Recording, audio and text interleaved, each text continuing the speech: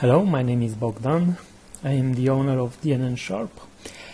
And in this video today I want to show you a bit of changes that we did to Action Grid in relation to actions.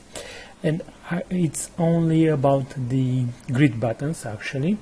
So we rearrange the actions a bit and we split it into three sections. Initialization actions. These ones run once, so when the button is clicked, these actions run once.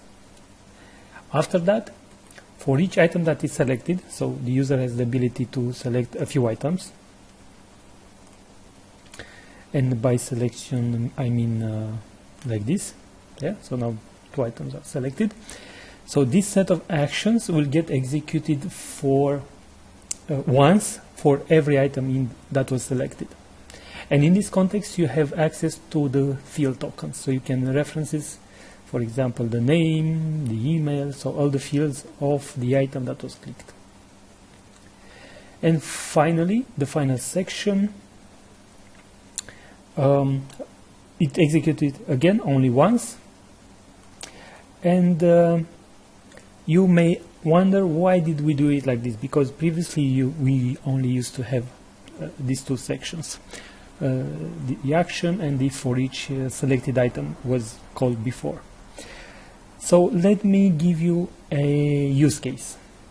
So what I want to do here, I want to select multiple items, click the submit button, and then be redirected to a page like this, where I have the IDs in the URL. Yes. If I select 3 IDs, I will have 3 IDs.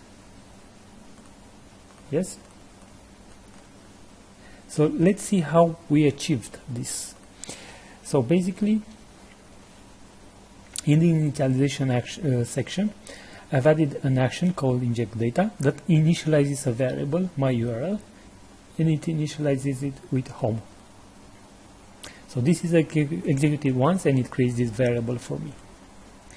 Then for each selected item, I use the inject data again to inject into this variable, which is not another variable. It will be the variable from this context. And I append to it. So I say the value is my URL, which is a token that will get replaced with whatever I had before. And it appends the ID / and then the ID token, which will get replaced with the actual token. So every time this action executes, it will append another ID and a number to the URL. Of course, I could use anything. I could, if I wanted the numbers, I could use the numbers. Yeah, the names. Sorry. And finally, I want to perform a redirect. So this is why I need 3 sections, because only in the last section I have a complete my URL variable, and I can issue a redirect to URL and use that variable. Okay, so let's try again. Select all 3, click, and now I'm redirected to ID Mike, ID John. So these are the names, and one didn't get replaced, but this is just because that's how my test data was. So I have one user that's actually called name.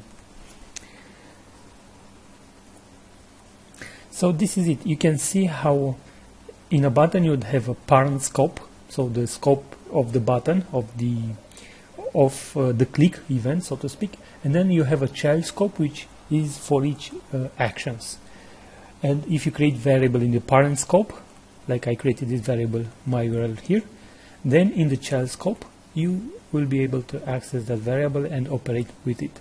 If on the other hand I didn't have this variable here, it will only be created in the child scope, and then at the end I would not be able to access it in the parent scope. Yes, so this is similar like most of the programming languages. When you create a variable, it exists only in the scope and in the child scopes where it has been created. So I hope you found this video instructive. If you have any questions, please drop us an email or come to dnnsharp.com/support and post on our forum. Thank you for your time.